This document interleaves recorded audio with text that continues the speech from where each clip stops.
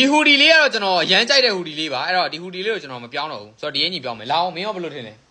အေးငါလည်းအဲ့ဒါပဲကြိုက်တယ်နော်โอเคလားဟုတ်တယ်ဒါဒီအင်ကြီးပြောင်းအောင်အေးမင်းလည်းမကြိုက်ဘူးလားလို့ညီအေးโอเคငါလည်းမကြိုက်ဟုတ်တယ်ဟာရောမင်းလာကြည့်ဦးဒီပုံစံကြီးလာကြည့်ဦးမင်းကြိုက်လားဒီပုံစံကြီးငါဘလို့မှခံစားလို့မရဘူးဒီပုံကြီးက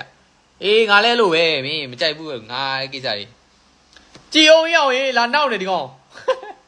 ပို့ဆိုးနေပြီနော်ဒီအဲ့ဒါမကြိုက်ဘူး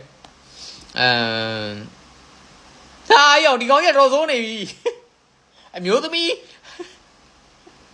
မင်းလာကြည့်အောင်လားမင်းလာကြည့်ဒီမှာငါပြမယ်ဒီမှာလာကြည့်လားလာကြည့်ဒီကောင်တော်တော်ဆိုးတယ်ကွာဒီအကြီးကတိတ်မကြိုက်ဘူးပုံလာပန်းမလာကြီးဆိုတော့ပုံလာပန်းမလာကြီးဆိုတော့ဟေးအောင်ရေဟူဒီနဲ့တာနဲ့ကဘလို့မအောင်မလိုက်ဖက်တာဘလို့မအောင်မလိုက်ဖက်တာဒါအမှန်တိုင်းပြောဘလို့မမလိုက်ဖက်နိုင်ဘူးโอเคအဲ့တော့ရော့ဟေးအောင်ဒါကြီးကလည်းအိမ်မရှိဘူးကွာရောင်ဒီရောင်ကမမိုက်ဘူးကွာအမှန်တိုင်းပြောတော့ညအိတ်တာတို့ဘာလို့ကမိုက်ပြီမယ်အဲ့လောက်ကြီးမမိုက်မနေဘူးပြန်